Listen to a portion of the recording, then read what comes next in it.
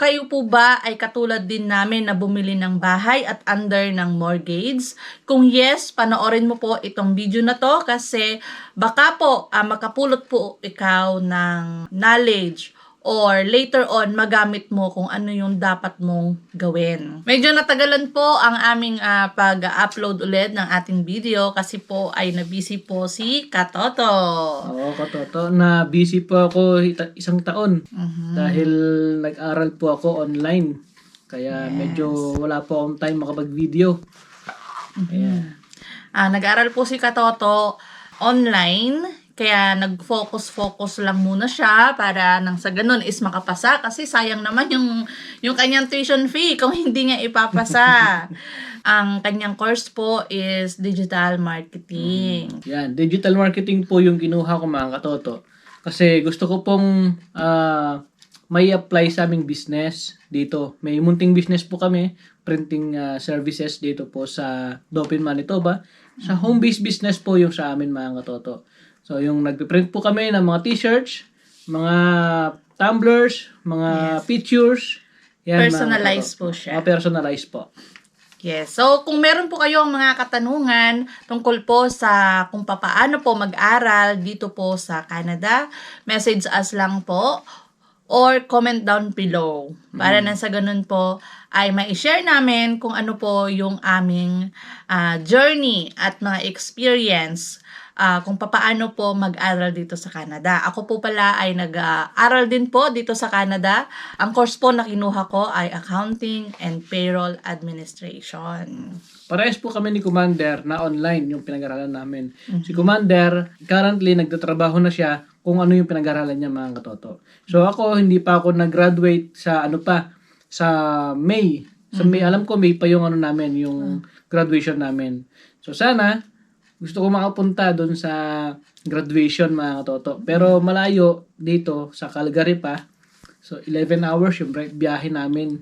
Dito kasi po may optional. So pwede kang umattend ng iyong graduation. Kagaya po sa akin, hindi na ako umattend. So kung gusto mong umattend is kailangan mo magpa-reserve ng slot mo para pag umattend ka doon is meron kang upuan doon. Meron kang slot. May project ka doon mga Katoto. Yes, ganun. Last month po is kakatapos lang ng practicum ni Katoto. Kaya na-busy po at walang masyadong upload. Pero dahil tapos na po si Katoto at meron ng time para mag-share ulit ng aming mga experience. Para rin sa ganun ay malaman ninyo kung ano po ang totoong buhay dito sa Canada. So, yun po mga Katoto. So, for today's video po, gusto po naming i-share sa inyo yung aming nadiskubre at nalaman ulit. Kasi kami po mismo hindi rin po namin alam. Napakatagal na po namin itong nagawa. Pero, kailangan palang, kailangan palang i-follow up. Kailangan palang Meron pang kailangang next step para nang sa ganun, masabi mo na sayo talaga. So, kung... Ano nga ba yung binabanggit natin na yun? So, ito po ay about sa ating mortgage. So, kayo po ba ay katulad din namin na bumili ng bahay at under ng mortgage? Kung yes, panoorin mo po itong video na to kasi baka po makapulot po ikaw ng knowledge or later on magamit mo kung ano yung dapat mong gawin. Kasi sa amin po ni Katoto is bumili po kami ng bahay under po ng mortgage. Ang mortgage po, alam naman po natin lahat na ang mortgage ay utang. So, dito po sa Canada o kahit saan mang lugar ay merong mga mortgage na kailangan para nang sa ganun is makakuha tayo ng bahay dahil nga wala naman tayong pang-cash sa una kasi sobrang laki, sobrang mahal. So, hindi natin kakayanin kung hindi natin padadaanin sa mortgage. At monthly or bi-weekly, depende sa gusto mo kung ano yung klaseng pagbabayad mo sa iyong mortgage. Pero, balik po tayo sa kwento namin. is Balik po tayo sa topic. yes, kasi lumalayo tayo. So, yun po, nung 2020 po is bumili po kami ng bahay. So, correction po, baka po meron na naman magsasabi na hindi nyo pa yung bahay kasi hindi nyo pa ito bayad. So, bayad man po o hindi, once na nagbabayad ka na, nag-start ka na ng payment, so ina-assume na po namin as a homeowner na sa amin na po yung bahay at masarap po sa pakiramdam na sasabihin mo na ito ay bahay namin kahit utang pa siya. Kasi walang ibang nakatira kundi ikaw o ang iyong pamilya. At ikaw din yung nagbabayad. Yes, yun po yung reason bakit po nasasabi na ng mga tao na bahay namin ito. Although hindi pa siya fully paid, pero ikaw na yung nakatira. So, meron pong mga iba nating mga kababayan na mas pinipili nila na mag-rent kasi meron silang mga reason na hindi pa sila nakasettle sa isang lugar at may plano pang lumipat sa ibang province. Pero kagaya po sa amin na mas pinili po namin na bumili na lang ng bahay para masettle at syempre para na rin magkaroon na rin ng investment dito sa Canada. Kasi mahirap po yung matagal ka nang nagre-rent tapos wala kang bahay na pinag-iinbesan. Kasi dito po after 5 years, meron kang maiipon na equity na pwede mo ring i-loan o pwede mo ring gamitin para sa another investment mo. Yon. So, noong 2020 po is nakabili po kami ng bahay at hinulugan po namin yun halos 1 taon. And then, nung binayaran na po namin ng fully paid ito, hindi po namin alam at wala po kaming idea na kailangan po pala ng discharge of mortgage. So, ngayon na lang po namin nalaman yon. Siguro kayo po, may idea na kayo nun, pero sa amin po, sinishare po namin para po sa mga ibang hindi pa po nakakaalam, ay magkaroon po ng idea about this. Kasi po sa una mga katoto, hindi po namin alam. Basta ang ginawa po namin nun, yung last payment po namin ng bahay, binigay namin. Then, wala na. Nasa isip po namin na, okay, yung bangko, hindi na sila kukuha sa amin kasi alam namin na yung bangko alam nila na tapos na kami. So, yun pala mga katoto, meron pa palang next step na gagawin. Hindi lang po na as in last payment mo na to, yun Okay na yun. na. Hindi po pala mga katoto, meron pa palang isa. So ano ba yun? Yung katulad nga ng sinabi ni Commander, so mortgage of discharge of mortgage po yung tawag doon. So kailangan mo pong alisin or maging ma-clear yung papers mo na wala nang naka-tie up na lender sa status ng title mo mga katoto. Ano nga ba yung mga dapat gawin para ma-clear na wala nang utang yung iyong property. Syempre po, pag yung last payment mo na, sabihin mo doon sa sender or sa bangko na mag-request ka ng discharge of mortgage. And then, meron kasing mga bangko na i-help ka para i-process yung paper, sila na yung bahala magpasa, and then ibibigay nila sa iyo yung new title. So kagaya po sa amin ni Katoto is yung bangko na kinuhanan namin ng mortgage, sila na po yung nag-process. Nung pong tinawagan namin sila at late na nga namin nalaman na dapat pala ganon. So kailangan mong tawagan yung bangko, humingi ka ng request na discharge of mortgage, and then kung hindi nila ipaprocess para sa'yo, hingi ka lang ng certificate, and then ikaw yung pumunta or tawagan mo yung land title register na kung saan man kayo naka-base ngayon. And then, ang contact number po dito po sa amin, sa Manitoba, is 1-844-737-5684. So, kung makikita nyo po at ikumpara nyo po yung inyong hawak na title, ito po, tignan po ninyo. Yan po mga katoto. Yan, tignan nyo po kung ano po yung pagkakaiba ng yung discharge na siya, yung hindi na siya naka-tie up sa bangko o sa lender ninyo, ano nga bang reason? Bakit kailangan natin yung discharge of mortgage? Ang reason po kung bakit kailangan natin na ipa-discharge of mortgage, ipaalis natin o i-clear natin na wala ng pagkakautang yung ating property, kasi unang-una, kapag hindi natin na-discharge of mortgage yun, para pa rin nakautang yung property mo. Nasa record po mga katoto na under mortgage pa siya. Under pa siya ng bangko kung saan nyo kinuhanan ng mortgage. So, kapag ipiprenda nyo sa iba, yung bahay nyo, and then makikita dun sa title niya, dun sa status of title niya, is under pa siya dun sa number 2, under pa siya ng bangko. Nandun pa yung nakasulat yung bangko mga katoto. Pero nung pina-disclose of mortgage po namin, makikita po natin dyan na yung number 2 ay wala na. Yes, no active instrument po yung nakalagay doon. So kung ito po ay may loan pa or under pa ng lender, nakasulat po doon, andoon yung name ng bangko kung saan po kayo kumuha ng mortgage. So kumpara nyo po, tignan nyo po yung yung land title na hawak-hawak ninyo at dito po sa aming new land title right after po ng aming discharge of mortgage.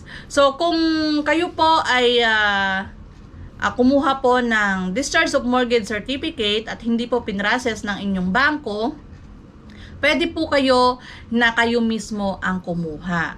So, punta lang po kayo sa Google, i-type lang po ninyo ang check title, and then kapag kinilik nyo po yon, lalabas po doon is meron kayong makikita doon na registered land title. So, ilagay nyo lang po doon yung land title nyo, and then isa-search, click nyo lang yung search, and then nandoon na po ilalagay nyo sa cart, para kang para kang nag-purchase din ng item, parang sa Amazon. So, i-click nyo lang siya, tapos pupunta na siya sa cart, and then magbabayad na kayo. Ang payment po nun is $33 kung kayo po mismo, and then or pumunta po kayo sa pinakamalapit na land registered po ninyo, land title registered sa inyong lugar, and then punta kayo doon or tawagan nyo yung binigay po naming number at mag-inquire po kayo doon.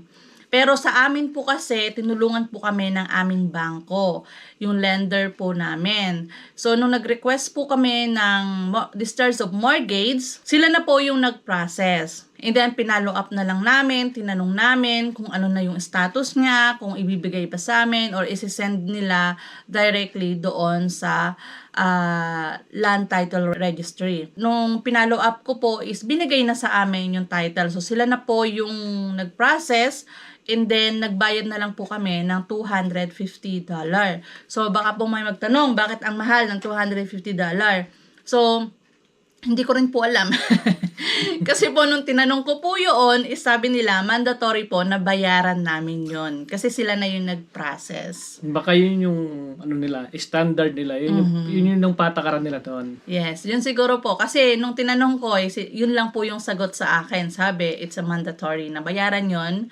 Kasi sila po yung nag-process ng papel. Kaya kung kayo po ay bayad na sa inyong mga mortgage, make sure nyo po na kapag nag-discharge of mortgage kayo, make sure na lahat po is clear na yung mga papers nyo. Like, minsan po kasi naglo-loan po sila sa line of credit para yun po yung pambayad sa bangko, yung down payment na ginagamit nila. So, kailangan po i-clear nyo din po yun. Kasi, once na ginamit nyo po yung inyong land title or yung inyong property para po gawing pamprenda. Kumbaga, example, maglo-loan ka ng isang bagay, then ipiprenda mo yung lupa mo, yung bahay mo. So, i-check po nila yon kung meron bang issue or what. Makikita po kasi nila doon na meron pa siya o under pa siya ng mortgage ng bangko kasi hindi pa po siya nakiklear, hindi pa po siya nade-discharge doon sa land title ang bangko na pinagkuhanan natin ng mortgage mga toto. So, mainam po na matanggal siya kapag ka nabayaran na natin yung bahay natin, malinis at walang problema mga toto in the future. So, kailangan nyo po na i-clear po lahat sa inyong insurance, kung gumamit kayo ng ibang mga lender para po sa down payment ng inyong bahay. So, yun, lahat po dapat is clear. Kasi, dito po kasi, once na chinek po nila, gamit po ang inyong SIN number. So, doon po sa SIN number ninyo, makikita lahat ng mga, kung meron kayong kaso, meron kayong mga pinagkakautangan na mga bangko, ganun po dito. So, ultimo po, cellphone, makikita po lahat doon kung meron kayong utang. Kaya, yun po yung benefits at yun po yung advantage para po masecure na, nasa inyo na po talaga yung inyong property. Kung makikita nyo po yung inyong title ngayon na under ng mortgage, nandun pa rin po yung name ng nagmamay-ari dati. Pero yung bago na pong title, after po ng discharge of mortgage, tapos pinasa na sa land registry, nag-iba po siya. So, kung mapapansin nyo po yan, yung name po namin is nandyan na po sa bago naming title. Pero doon po sa luma is yung may-ari po ng dating bahay. Yes. So, maganda po na kung bayad nyo na at alam nyo naman na sa inyo na talaga, wala nang pagkakautang, mas maganda po na humingi kayo ng discharge of mortgage para masabi nyo po na inyo na po talaga yung inyong bahay. Lahat naman po tayo dito sa Canada ay naghangad ng magkaroon ng bahay mga katoto.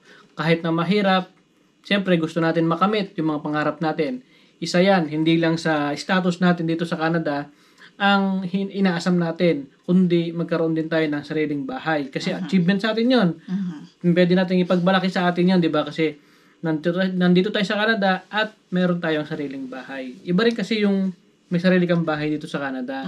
Kumbaga, mayroon kang peaceful mind kasi nakatira ka nga sa bahay mo pero yung pagbabayad mo ng mortgage, yun lang yung hindi masyadong peaceful part doon. Pero, lalo kasi yung sa panahon ngayon, tumataas yung interest. Kaya kung kaya nyo pong gawan ng paraan at magkaroon po kayo ng extra money, kagaya po ng ginawa namin ni Katoto dati. So, ang ginawa po namin is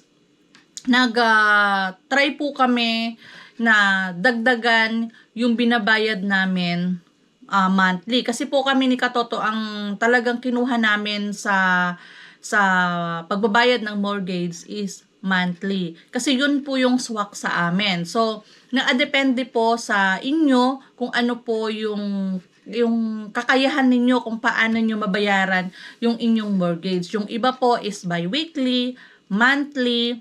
So, depende po sa inyo. Kung ang tatanong nyo po sa amin, ano ba yung pinakamaganda, mas maganda po is yung bi-weekly. Kasi, mas malaki yung mababayad ninyo sa loob ng isang taon kaysa sa monthly. Pero, dahil po, yun lang po yung kaya namin ni Katoto at yun yung swak sa budget namin para nang sa ganun ay hindi kami mahirapan at kaya namin i-manage yung pagbabayad is pinili po namin yung monthly. Pero, ang ginawa po namin, instead po na yung for example, 1,000 yung babayarin mo sa mortgage. So, ang gagawin mo po is, isasabihin mo doon sa bangko na, ito yung, kasi yung sa amin, automatic na kinukuha sa account. So, yung 1,000 na, for example, 1,000 na kinukuha sa account mo, automatic na siya. Ngayon, sasabihin mo, i-inform mo ngayon yung bangko mo na gusto mong magdagdag ng payment para mabawasan yung inyong principal. Kasi malaking tulong na nababawasan yung principal kasi kapag nabawasan yung principal, syempre, yung principal na dinagdag mo is mababawas doon yung interest na kailangan mo ulit na bayaran. So, malaki pong tulong yon. Kaya kung meron po kayong extra pera at kaya naman, so, mas mapapadali po yung pagtapos ng inyong mortgage.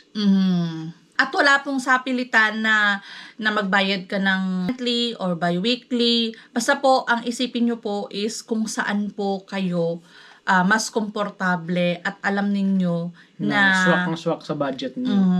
Wag niyo pong stressin yung inyong Huwag niyo sarili. pong pilitin. Basta nakakaraos kayo at nakapagbayad kayo, mas okay yun kaysa dun sa pipilitin nyo talaga na walang natitira. So, stress yun mga katoto. Yeah. So, kailangan kahit na monthly siya, gaya ng ginawa namin, is kung may sobra, dagdagan nyo, targetin nyo lagi yung principal niya. Kasi kapag tinarget nyo yung principal, babawas ng babawas yun, liliit ng liliit naman yung babayaran yung interest. Kasi ang laki-laki po talaga ng interest. Halos 3/4 ng tinatanggal sa'yo is Interest lang. Oo. Kaya, ganun po yung technique na ginawa namin ni Katoto para mabilis po na mabayaran yung aming mortgage. Kung meron pa po kaming hindi nasabi, kasi yung sinasabi lang po namin sa inyo is based po sa aming experience. Lagi po, dahil po sa aming experience, hindi lang po dahil haka-haka o gawang kwento namin para lang magkaroon kami ng views. So, sinishare po namin kung ano po yung alam namin na pwede pong makatulong sa inyo para pag tinanong nyo po kami, alam namin kung ano po ang aming isasagot sa inyo.